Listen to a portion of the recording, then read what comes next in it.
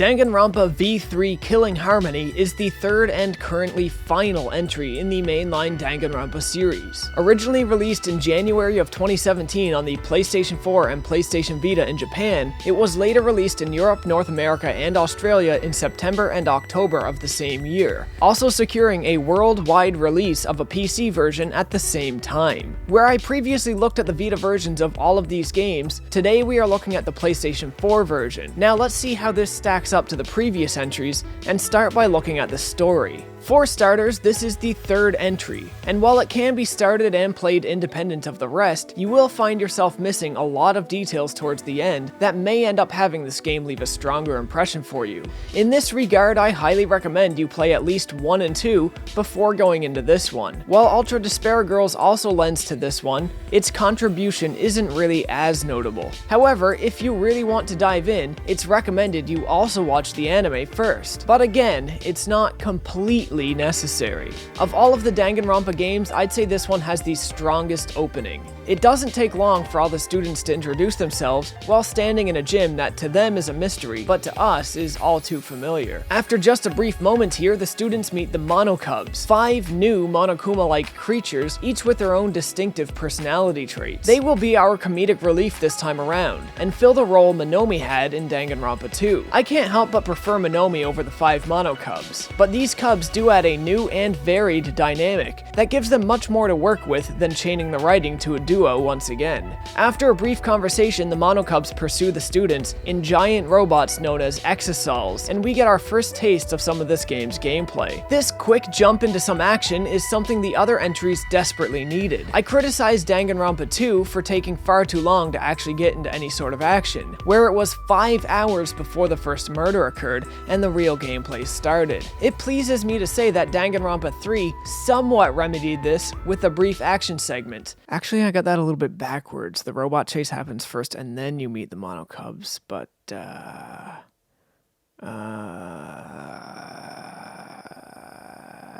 However, immediately after this, it falls into the same pitfalls as the previous game. Monokuma arrives and we're given the explanation of how this game works, which is, as expected, the same as all the other ones. The students present will be unable to leave the area they're in unless they can successfully kill one of their classmates and survive a class trial without being caught. If they are found guilty for the murder they committed, then they will be executed and the killing game will continue until only 2 people remain. If they get away with the murder, then everybody else will be executed and the killing game will end, and the murderer will go free. The next while is spent exploring the school and its school grounds, and ensuring there is no actual way out, while also getting to know your new classmates. Of course, a murder will happen eventually, as this wouldn't be Danganronpa if it didn't, but this time around it takes nearly 10 hours to actually get to the first murder. This is honestly the first sign of this game's pacing issues, and it does have pacing issues throughout. This game took me 60 hours to complete, and there's not really any more murders than any of the other games. Given the investigation and class trials are the crux of the gameplay, I feel 10 hours is simply too long to get us into the real action. Without a doubt, I would say Danganronpa 3 has the harshest pace of them all, but it does level out as the cast shrinks and things unfold faster and faster, and it's definitely worth sticking through to the end. At least, I think so. Like the other games, this one ends with some pretty big reveals. I can't say what they are, but it's definitely a case of love it or hate it here. While the direction things go in is new, unique, interesting, and is honestly something I've only ever seen in a rather self-aware horror movie before, it may also mess with the canon a little too much for some people's liking, or simply leave too much of it as too ambiguous. I can't say very much else about the story. It's the same from game to game. Spend time with your friends, explore the school, be shocked by a murder, investigate it, then bring your evidence to a trial, and figure out who the killer is. The quality of the murders and the cast, however, is what truly creates distinction between each entry. The cast this time around at first didn't feel the best to me, but by the end, some of the characters left a strong impression. I'd say our main characters, Shuichi and Kaede, are the least blank slate characters so far, which is a nice change of pace, but they do still suffer from this syndrome a little bit, especially Shuichi. Other cast members range from sweet to endearing, like Tsumugi, to intentionally insufferable, to Nagito 2.0, to often just downright pleasant to interact with. Overall, I did end up loving the cast by the end, but it certainly takes longer for them to get properly built out than before, or feel very understandable. The mystery behind the murders I feel is at an all-time series high, and this is clear from the very first trial. Trials in this game feel much longer than the other games, as there's simply more to each murder than before, and this comes directly from the fact that in the average murder, the evidence and truth is concealed way better than it ever has been. That said, that doesn't mean that these murders are as creative as some of the others, as I feel Danganronpa 2 still takes the credit with its use of some incredibly creative locations and set pieces. Juxtaposed Danganronpa 2, the murders are often far more ordinary. However, their execution and the hiding of the facts is done stronger than before. There is no murder this time around that felt too obvious before I even began the trial, and I simply can't say the same for the other games. One murder, the Case 5 murder, I would count among the top 3 most intriguing of this series so far. So while the murders don't consistently reach the heights of some previous ones in terms of how intriguing or creative they are, the murders are more consistent in maintaining their mystery than ever before. And solving mysteries while completely in the dark is just that little bit more rewarding than simply knowing the destination and going along for the ride. Like all Danganronpa games, the murders are revealed through class trials. Class trials are lengthy debates where all the students talk among each other, throwing out theories and evidence until you arrive at the correct conclusion. This is where the bulk of the gameplay occurs, as class trials are carried out as a sequence of minigames. The most frequent of these minigames is the non-stop debates. In these, you will listen to the arguments of your classmates and look for a statement you believe you can contradict or support.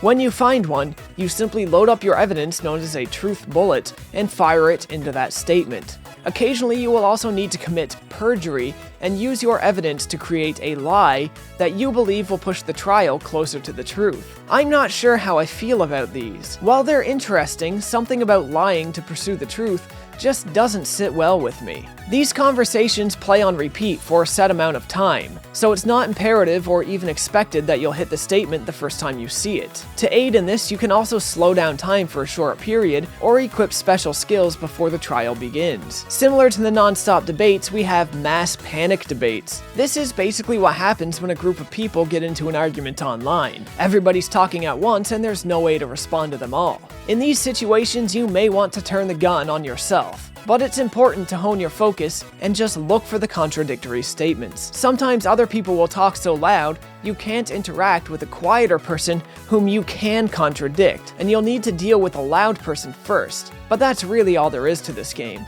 A great new addition to the class trials. Rebuttal Showdown returns, which is almost exactly like non-stop debate, only with an added real-time response mechanic. Rebuttal Showdown is a one-on-one conversation, which you must simply use a fictional sword to cut through statements until you see a statement that you can contradict. Load up the right truth sword, cut through their words, and move on. Hangman's Gambit returns, but there's not much to this one. You're presented a question. Then, using the obscured letters that float by, you must fill in the correct answer to move on. Like a few of these minigames, collectible hidden Monokumas can be found in the place of some letters, so keep your eyes peeled. Psyche Taxi is a new addition and fills the role of Danganronpa 2's Logic Drive. While I like Logic Drive, I think Psyche Taxi is the better game. Here, you're put in control of a car. You drive down a really stylish roadway collecting Mario Kart-styled power-up boxes while avoiding the other drivers to fill in the questions above. When the question is filled in, the road will split into different lanes. Each lane leads to a different answer. Answer the questions right, and the game ends. Mind Mine is probably the lamest of the minigames. Using your cursor, you take out groups of colored tiles to reveal the objects in the background. Every time a tile is removed, the tiles surrounding it change color. When the correct object is revealed in the background, select it and the game ends. This one really doesn't add much of anything to the game at all. Debate Scrum is new and only relatively interesting. In these moments, when the class is divided into two different perspectives, you listen to the arguments of the other class members one after the other. While listening, you try to identify correct keywords and call upon a member of your team who can adequately provide a counter-argument. This is really just a game of matchup, but its fast pace keeps it from being boring. The last minigame we have during Trials is the Argument Armament, which replaces the Panic Talk action minigame from Danganronpa 2. This is a rhythm game where you must simply hit the right buttons at the right time until you arrive at your enemy's final argument. It works a little bit like the Project Diva games. When you reach the final point, you're presented with a sentence split into 4 pieces. Put the sentence in the correct order, and you effectively shoot down your opponent's final argument. When the trial comes to a close, you're presented with a comic book that's missing panels. Fill in the panels from the panel bank on the side. As you fill them in, you unlock more panels to work with. Once this is done, the entire murder is played out sequentially, and the truth is brought to light. Overall, I think this is the best approach to class trials so far, and certainly the most engaging. So we got the quick rundown of the story, and some characters, and we covered some of the gameplay. But let's look at some technicals now, and one of the more sad areas of this game for me. On a visual level, this is the best looking Danganronpa game, bar none. The environments are better designed while still maintaining the stylistic approach of the original. Characters are drawn and colored in cleaner than ever, and all of the visual novel scenes are executed with a much more exciting and stylistic presentation than ever before. Thankfully, they also fixed camera perspective in this game, and you are no longer forced to wander around with your camera at crotch height. Controls are also pretty satisfactory, though I did often find myself hitting the wrong buttons to bring up my map and main menus. The heads-up display is clean and unintrusive, though menus still feel a tad tacky. The translation in the game is decent from a typographical standpoint, but boy are there clear changes made from the localization team that simply do not sit well with me. Pop culture and political references forced into the game's script that felt dated before they were even printed to disc. This is a good way to ensure writing doesn't stand the test of time. They're not too frequent and they don't damage the game much in any way, but they certainly don't help it either. Music is strong once again, with many returning and remixed tracks, and a lot of good new ones. The only musical misstep I would say they took is with the track Rise and Shine Ursine. This plays every time the Monokubs show up. This track features a vocalist that basically just talks at you while you're trying to read. Reading one sentence while hearing another is kind of headache-inducing, and sadly they play this song a lot. He is all that remains of The song itself is fine, but how they used it is kind of an issue. Now for the voiceovers. The game does feature dual audio, something that was sadly missing in Ultra Despair Girls on Vita. My overall summary of both audio tracks remains the same as all the other ones. Both vocal tracks are great, though I do feel Shuichi goes a little too hard on the cool kid voice from time to time in English, but that's easy to excuse. In all the other games, however, I stated that, as good as the English cast may be, Nobuyo Oyama as Monokuma was impossible to pass up. Other voice actors have good takes on Monokuma, but none feel true to the source to me. Sadly, with this game, this is something we simply must embrace. As of 2015, Nobuyo, in her struggle with dementia, became unable to pursue her voice acting career any further. And this game marks her departure from the series. Nobuyo was one of the biggest things that made Danganronpa what it is to me. And though her spirit lives on very strong, I fear in some regards, the games will never be the same without her. Hopefully, time will remember her as fondly as I do. This woman brought the character to life and gave me one of my favorite video game mascots of all time. Had it not been for her stellar performance, how she delivered the excellently written lines, and how she shaped the character, I doubt Monokuma could have left such an impression on me. So, here's to you, Nobuyo. Your presence will definitely be missed. May you spend the rest of your days in as much comfort as feasibly possible, and surrounded by the people and things you love most. Thank you for gifting us all with your wonderful talent and abilities. Although this game marks a very, very sad and even kind of bitter moment in the saga for me, as a game, Danganronpa V3 is still good. It struggles with some things, most notably its pace for the first half of the game.